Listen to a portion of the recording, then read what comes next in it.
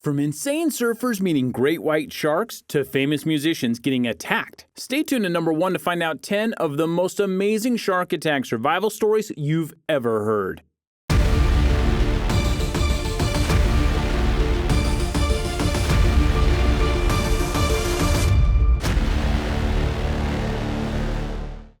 Number 10. James Grant. James Grant was spending time in New Zealand's South Island spearfishing with his friends when he was suddenly attacked by a shark. He wasn't even sure what kind of shark it was, but it was probably a sevengill. All of a sudden, James felt something pulling on his leg. His initial reaction was, it's probably just a friend of mine joking around. Well, it was no friend, and it certainly wasn't joking around. The problem was that James simply didn't see the shark approaching. When he realized what was happening, the shark was already there, biting his leg. Luckily, James had a knife in his hand and he used it immediately. He started stabbing the shark in the head. Because of the multiple stab wounds or the general shock to the shark, the animal went away. But what's even luckier is that James Grant is a doctor and he immediately started stitching himself up once he reached the shore. He came for spearfishing, but he ended up shark stabbing. Number 9. David and Sebastian Cozen. Do you know the old saying, lightning never strikes the same place twice? Well, it depends really, because sometimes very strange things can happen. In March 2014, Sebastian Cozen, who was only 14 years old at the time, was enjoying the surf in Palm Beach, Florida, when he was attacked by a shark. The shark grabbed the boy's right foot and it was a severe bite. Sebastian started hitting the shark and fighting it off, and he did manage to get away. However, the bite was very bad and it required 80 stitches. Now, what's really amazing is that the boy's father, David Cozen, was also attacked by a shark. The attack had taken place 20 years earlier, but it was in the exact same spot. Not only that, but the shark that went for Sebastian's father also got his foot. Only in his case, it was the left foot and not the right foot. What an amazing coincidence. Number 8. Todd Endris. On August 28, 2007, in the waters of California, Todd Endris came to surf, as he always did. For him, it was supposed to be just another ordinary day of surfing, but it wasn't. And before we find out why, take a moment to like this video and subscribe to our channel. Don't forget to click that little notification bell too, so you're always notified of new content from Zero to Hero.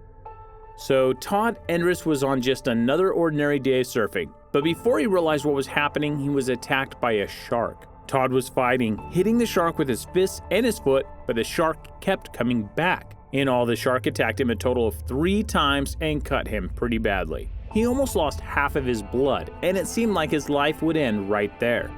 Enter the dolphins. All of a sudden, a group of dolphins came in close to Todd and began forming a circle around him. It was the best defense and the best distraction for the shark, because Todd was able to swim back to shore and get the attention of his friends and some lifeguards who immediately helped him. But if it wasn't for the dolphins, he most likely would have lost his life. As Todd has later told many times, these beautiful creatures were jumping around him and circling his surfboard until he reached the beach. Pretty amazing, right? Number 7. Henry Bourse. Henry Bourse was a rock and roller in every sense of the word. Not only did he play the saxophone in a rock group from the 1960s called the Thunderbirds, but he also survived a shark attack and has retold the tale countless times. The shark attack took place on November 29, 1964, when Henry was busy filming footage for an underwater documentary in Australia. It was then that a great white shark came at him, grabbing his left leg just below the knee. Henry fought as much as he could, but it wasn't enough, and the great white took his leg. What's amazing is that all of this happened during the actual filming of the documentary, and Henry Bourse didn't want to stop filming. He actually ordered his crew to keep the cameras rolling, determined to get every possible shot for the upcoming documentary. And they even managed to film Henry's leg floating around in the ocean, because the shark left it right there after the bite. Henry Bourse came back to the ocean less than 2 months later, and he finished his documentary. And he also continued playing with the rock band. For him, it was all rock and roll. Number 6. Rodney Fox. In December of 1963, Rodney Fox was spearfishing in Australia when he was bitten by a huge great white shark. That shark pulled Fox underwater for nearly 30 feet. Needless to say, Fox fought back, trying to get away from the beast's jaws, and he finally managed to do it. He quickly started swimming back to the surface, but the shark kept at him, biting on his boat as well. Rodney Fox suffered a terrible bite, but he somehow managed to reach the hospital. Upon arrival, doctors immediately did everything in their power to save him, which they did. His ribs were broken, his lungs were ripped open, and his diaphragm was punctured. Also, his whole abdomen was exposed, and as doctors later told him, he was literally minutes away from dying due to severe blood loss. It took a staggering 462 stitches to sew him back together, but Rodney worked against his fears and got back into the water. He became an ocean researcher and a conservationist, making shark documentaries and being a consultant for a majority of films on great white sharks. Talk about a turn of events. Number 5. Shannon Ainslie. Shark attacks happen very rarely, even though it seems like they're in the news all the time, but sometimes two sharks can attack at the same time. And this is precisely what happened to Shannon Ainslie. In 2000, Shannon was surfing in the waters of South Africa, and it was there that two great white sharks, 15 feet each, attacked him. As we said, this is a 1 in a million type of occurrence, but that's just what happened to the 15-year-old Shannon. One of the sharks grabbed Shannon and started pulling him down into the water, and the other one went for his head, trying to bite it off. In a crazy bit of luck though, the two sharks collided with one another. One of them hit Shannon's surfboard and knocked him into the air, while the other came from behind while he was being pulled down into the ocean's depths. But here's the amazing thing. The second shark was actually a blessing in disguise because when it tried to bite his head, it hit Shannon with such force that he managed to pull out his right hand from the jaws of the second shark. What happened later was a true miracle. Shannon came back to shore, his fingers on the right hand were bleeding severely, but he didn't even lose a limb. Even more amazing, he still surfs, and says that he's not afraid of sharks. Number 4. Michael Koontz. For Michael, it was just another day of surfing in 1997. He was just 18 years old when Michael came to the ocean with his friend, impatient and excited.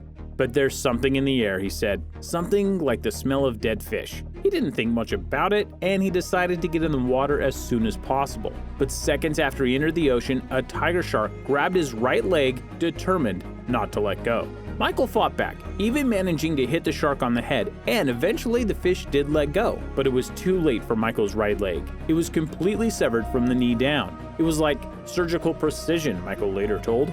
He reacted quickly and managed to reach a local hospital. His life was saved, and after 1 month, he got a prosthetic leg. However, there was no thought of quitting the surf. Michael came right back, and, as he later told numerous times, the most difficult part was being out of the ocean. He just couldn't wait to hit the waves once again. He is still surfing and, listen to this, advocating for the rights of sharks. What a guy. Number 3. Matt Hassium. Back in 2006, Matt and his brother were working as lifeguards in Cape Town, and on a particular day, they had a special assignment. They were instructing people on how to deal with drowning victims, and Matt's brother was lying in the water, pretending to be drowning. However, this soon stopped being just a regular drill. What Matt's brother didn't notice, but Matt did, was that a great white shark was approaching. Matt kept his cool and reacted in a flash. He knew that sharks responded to water splashes because of the impulses thus created. He immediately started splashing in the hopes that the great white shark would move away from his brother, and it worked. However, the shark now found a new target, and it was Matt. The shark grabbed his right leg, but he kept fighting and turned loose. Unfortunately, his right leg was bitten off from the knee down. He was immediately rushed to the hospital and his life was saved. But this was just the beginning of an amazing adventure. Matt Hassium started competing professionally in Special Olympics, and he won the gold in 2012 London Paralympic Games. A true survivor. Number 2. Nicole Moore. It's absolutely amazing when people can move on with their lives after surviving a shark attack. Many of them use their experience to enhance the lives of others and get them into the fighting mood. Nicole Moore is one of those people. In January 2011, Nicole was swimming in the waters near Cancun when she felt something like a pull that came from the water. There was no dorsal fin, no silhouette, nothing. A few moments later, Nicole saw what had pulled her down. It was a bull shark, and it was coming back to get her. She tried fighting the beast, but it was very hard to move away since the shark kept coming back at her. It bit her left leg and her whole left arm, and her blood loss was enormous. The operation took 8 hours, because that's how much time the doctors needed to pump enough blood back into Nicole's body to keep her alive. Eventually, she recovered, but decided to use what happened to her to help others. Nicole Moore inspires other shark attack victims, working closely with them and sharing her own life story. Number 1. Bethany Hamilton. For our top pick, we've chosen a story of courage and determination. Bethany Hamilton was a very successful surfer right from an early age. When she turned 13, she was already a promising star of American surfing. But then, things took a different turn, jeopardizing her surfing career and even her life. While surfing with her friend, Bethany was attacked by a tiger shark.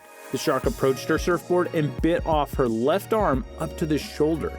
Bethany was in shock, but her friend and her friend's father quickly pulled her out to shore and used first aid to prevent further blood loss. However, when Bethany reached the hospital, she'd already lost around 60% of her blood. Luckily, she survived.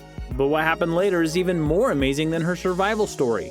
Bethany Hamilton refused to remain traumatized by the shark attack and decided to continue surfing. Just 1 month after the attack, Bethany was back, and she is still taking part in major surfing competitions. At 13, her life changed completely, but she didn't let that destroy her, and she kept fighting back. What can we say but, well done, Bethany. What do you think about these amazing tales of bravery? Let us know in the comments below, and take care.